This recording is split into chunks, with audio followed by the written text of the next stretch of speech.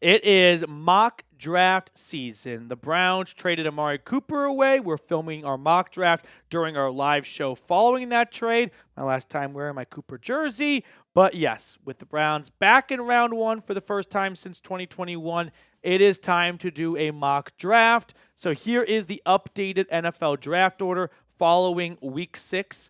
The Browns currently hold the second overall pick. There's a lot of tiebreakers. A lot of it comes down to strength of schedule. So it'll all sort itself out. But for now, they have pick number 2.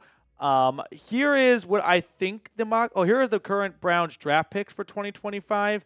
They have a first, a second. They have 2/3 now.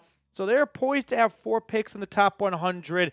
If Andrew Berry is still the GM, and that's a big if with the way the season has gone, I think he will be, he's going to have a good amount of capital to work with. Now, here is my prediction, just my prediction for what the draft order will be and everyone's record at the end of the year. I think the Patriots and the Panthers are going to be duking it out for the number 1 overall pick, followed by the Titans, the Jags, and the Raiders. I don't know why I believe this, but I think the Browns might get to 6 wins. And that's Looney Tune talk right now, but why not be a bit of an optimist? Giants, Saints, Rams, and Dolphins follow suit. So we'll see how this ages, but the Browns currently have the second overall pick, so we're going to proceed with that, but I think they will fall back from number 2. So with that, let's get into our mock draft, starting with pick number 1. As it currently stands, the New England Patriots are on the clock, and in our mock draft simulator from Pro Football Focus, they selected Travis Hunter, the wide receiver cornerback. And then with the second overall pick, I selected Will Campbell, offensive tackle out of LSU. Now, it's important to note that I approach mock drafts as what I think the Browns will do, not what I would do, because I don't think it's worth your time watching a video of what I would do since I'm not the one making the picks. I want to serve your time best by thinking about what the Browns might do. So I could see Andrew Berry looking to reinforce the trenches with a surefire left tackle.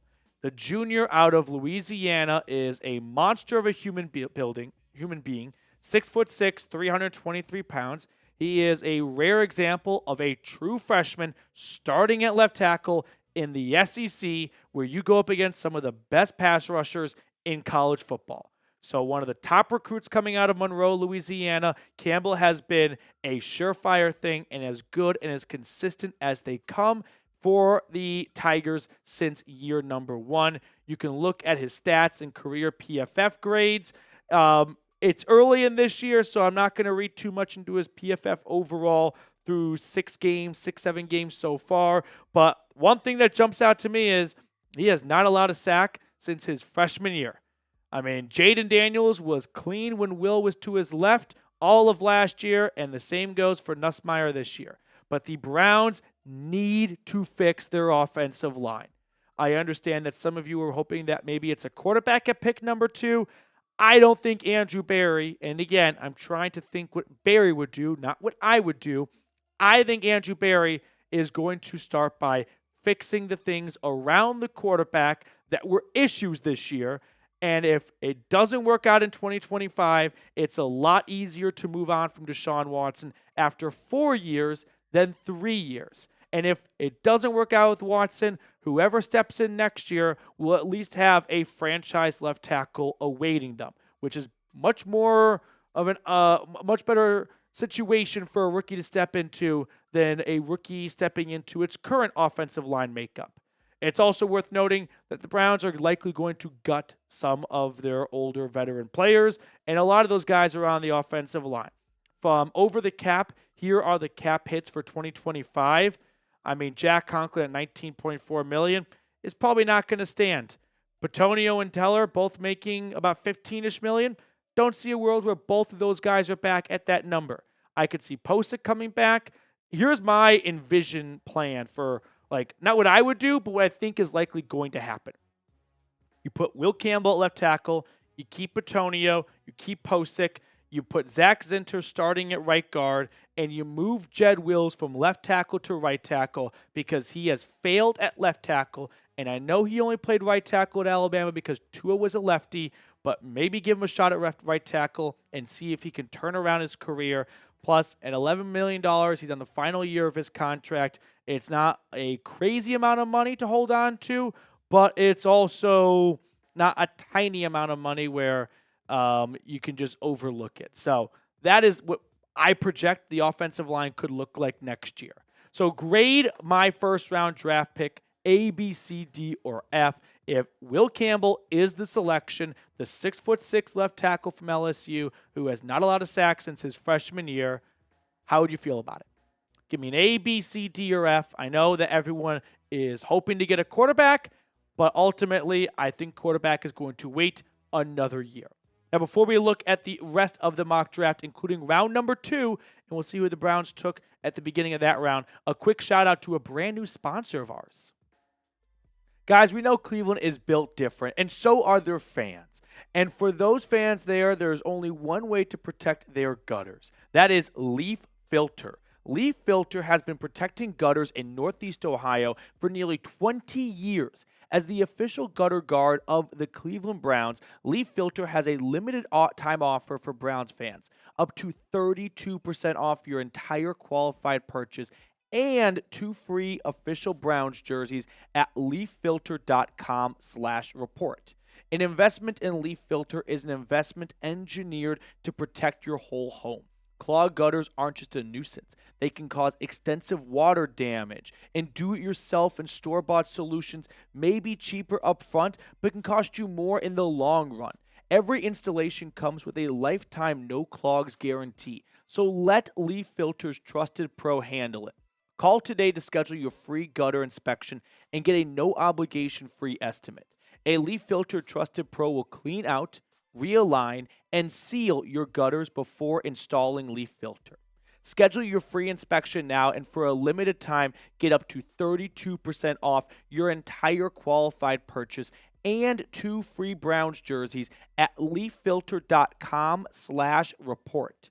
That's a free inspection, up to 32% off, and 2 free Browns jerseys with qualified purchase at leaffilter.com/report. Offer valid on a first-come, first-served basis while supplies last. Full terms and conditions can be found at leaffilter.com/report. See representatives for warranty details. So after seeing where Hunter and Campbell ended up, I thought you guys might enjoy how the rest of this Pro Football Focus mock draft. So we'll kind of sprint through it a little bit, but the Jags go with Will Johnson out of Michigan. Jalen Milroe, the first quarterback off the board. I'm not so sure about that one. To the Panthers. Also, do they want to go back-to-back Alabama quarterbacks?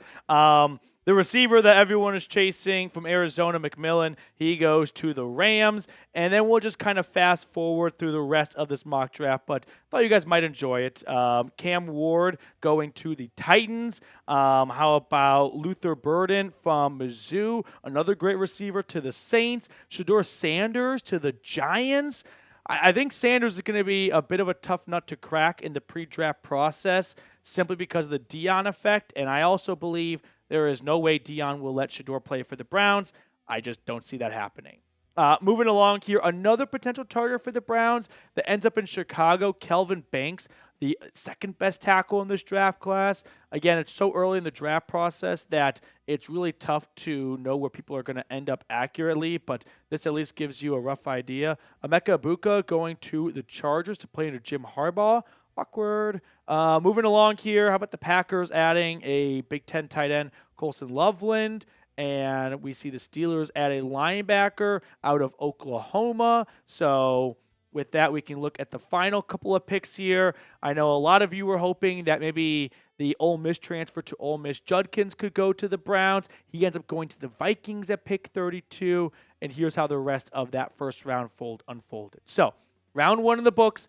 Now we move on to round 2, where the Browns have the 34th overall pick, right behind the Patriots at pick 33. And so with that 34th overall selection, the Browns go with Jalen Royals, wide receiver out of Utah State.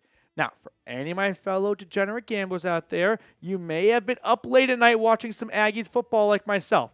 And I didn't know much about Royals up until the end of last year, and I knew going into this year he'd be someone to keep an eye on.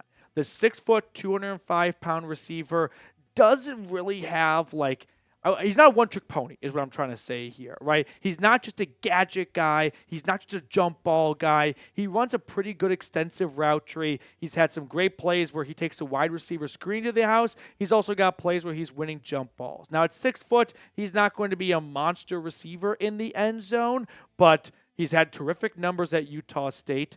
In 2023, he set a school record for touchdowns in a year at 15. He's off to a good start this year. It's not like he's got a ton of great quarterback talent around him there as well in Logan, Utah. So these numbers coming out of the Mountain West are definitely worth looking at. And I understand that without Amari Cooper on this team anymore, they've got to take a good look at the receiver class in this upcoming draft. And maybe they decide to go with the receiver in round 1, but my gut tells me they will like the receivers in round 2 more than the offensive tackles in round 2. And ultimately, you're only going to go as far as your offensive line takes you. And so for the Browns, I think that's a bigger priority to attack in round number 1. People won't want to hear this, but this is just what I am predicting, not what I think the Browns should do. And please separate those two things. I think 2025 next year will be one last-ditch effort for Deshaun Watson in Cleveland. I think financially it is too difficult to move on from him after this season. I don't think Jimmy Haslam wants to accept that. I think Haslam, and I don't know if Stefanski's actually believing what he says, can chalk some of it up to the receivers dropping balls and the offensive line being poor. And so the Browns decide, okay, we're going to attack the draft. We have a lot of early picks now, and we're going to get the best tackle, we're going to get a great wide receiver, and we're going to try and salvage something out of Deshaun Watson. And if it doesn't work in 2025, then we can move on with just 1 year left on his contract. And financially, that's much more feasible than the way it is constructed right now. That's not what you wanted to hear, and I get that. I understand, and I feel your pain. That's just what I think the Browns are going to do. So, should the Browns draft a quarterback in 2025? I'm usually all for drafting a quarterback almost every year, unless you have like Patrick Mahomes or Josh Allen.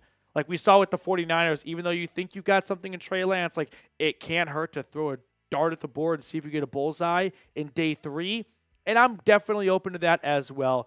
I don't think the Browns are going to use one of their first or second and probably not even their third round picks on a quarterback, because it's like, if you want a quarterback, then go get one in round 1. If you don't want a quarterback, then don't just like half-ass it with a second or a third round pick. Just wait until day 3 of the draft and see if you can win a scratch-off lottery ticket. But don't have this like 1 foot in, 1 foot out of, we want to get a quarterback, we don't want to use a first-round pick on it, so we're going to do a second-round pick on it.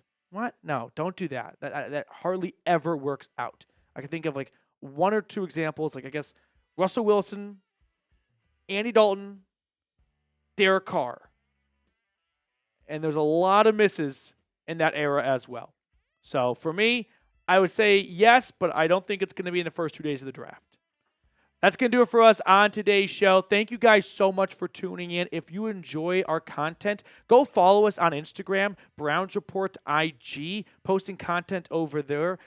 So I appreciate those of you that support our channel across multiple platforms. And if you're still watching our video right now, you know I love the end of the video squad. So scroll on down and drop a CLE for me. That way I know who watches all the way until the end.